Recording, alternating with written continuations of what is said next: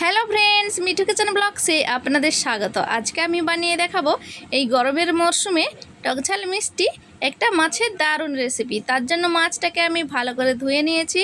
নুন, হলুদ আর ঝাল লঙ্কার গুঁড়ো, সর্ষে তেল দিয়ে মাছটাকে ভালো করে মাখিয়ে ম্যারিনেট করে নিচ্ছি। আমি এখানে রুই মাছ নিয়েছি টাটকা। ভালো করে কিন্তু সাবধানে মেখে নিতে হবে, হাতে না কাঁটা ফুটে যায়। তো ফ্রেন্ডস, এই রেসিপিটা আপনারা মনোযোগ সহকারে পুরো ভিডিওটা দেখবেন, স্কিপ করবেন না।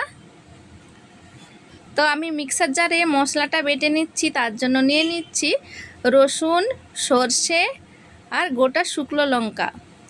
চাইলে আপনারা লঙ্কা গুঁড়ি ব্যবহার করতে পারেন। সামান্য জল দিয়ে মিহি পেস্ট তৈরি করে নিয়েছি। আর এদিকে কড়াইয়ের মধ্যে সর্ষে তেল গরম করে সামান্য নুন ছিটকে দিয়েছি। তারপরে এক এক করে মাছগুলোকে ভেজে নিচ্ছি। যেহেতু এখানে টাটকা রুই মাছ আছে, সাবধানে ভেজে নিতে হবে, নালে কিন্তু মাছগুলো ফেটে ফেটে যেতে পারে বা ভেঙে যেতে পারে। এইভাবে সাবধানে মাছগুলোকে উল্টে পাল্টে আমি ভেজে নিচ্ছি। ফ্রেন্ডস, রেসিপিটি দেখে ভালো লেগে থাকলে লাইক, কমেন্ট, শেয়ার করে চ্যানেলটিকে সাবস্ক্রাইব করার অনুরোধ রইল। সকাল হোক বা দুপুরবেলা বা রাত্রেবেলা, যদি ভাত দিয়ে কিছু খেতে ইচ্ছে করে, মাছের এই রেসিপিটা বানিয়ে দেখুন। এই রেসিপি দিয়েই ভাত খাওয়া হয়ে যাবে, আর কোনো কিছুই লাগবে না সাথে। আর গরমে একটু টক ঝাল মিষ্টিপালা কিছু রান্না করলেই দেখবেন খেতে ইচ্ছে করবে। কিছু চটপটা খেতে, বেশি কিন্তু ঝাল মশলা বা তেল মশলা খেতে মোটেও ইচ্ছে করবে না। মাছগুলোকে এপাশ ওপাশ কিন্তু উল্টে পাল্টে ভেজে নিয়েছি লাল লাল করে, তেল ঝাড়িয়ে তুলেও নিয়েছি একটা থালার মধ্যে। আর বাকি যে মাছগুলো আছে সেই মাছগুলোকেও আমি গরম তেলের মধ্যে ভালো করে ভেজে এপাশ ওপাশ লাল লাল করে তুলে নেব।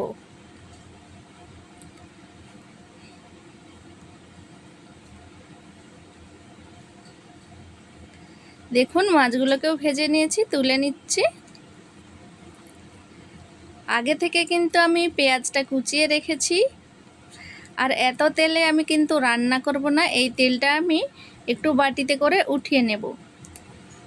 তা এই সর্ষে তেলের মধ্যে দিয়ে দিচ্ছি একটা তেজপাতা, কালো জিরে আর শুকনো লঙ্কা ফোড়ন দিয়েছি। তারপরে পেঁয়াজ কুচিটা দিয়ে দিচ্ছি, দিয়ে ভালো করে একটু লাল লাল করে পেঁয়াজটাকে ভেজে নিতে হবে। তারপরে যে মশলার পেস্ট রেখেছি সেই মশলাটা কিন্তু দিয়ে দিতে হবে। দিয়ে ভালো করে নেড়েচেড়ে মশলাটাকে একটু কষিয়ে নিতে হবে। যেহেতু এখানে রসুন আছে, সেহেতু কিন্তু তেলের সাথে ভালো করে একটু কষিয়ে নিতে হবে।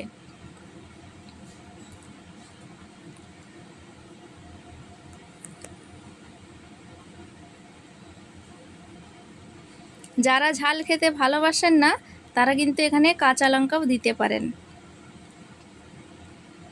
দিয়ে দিচ্ছি সামান্য চিনি, হলুদ গুঁড়ো দিয়ে মশলাটাকে কষিয়ে নিচ্ছি। চাইলে এখানে কাশ্মীরি লঙ্কার গুঁড়োও দিতে পারেন। দিয়ে দিচ্ছি পরিমাণ মতো নুন। নুনটা দিয়ে কিন্তু মশলাটাকে আমি তেল ছাড়া অবধি ভালো করে কিন্তু কষিয়ে নিচ্ছি। দেখুন, তেলটা কিন্তু ছেড়ে এসেছে।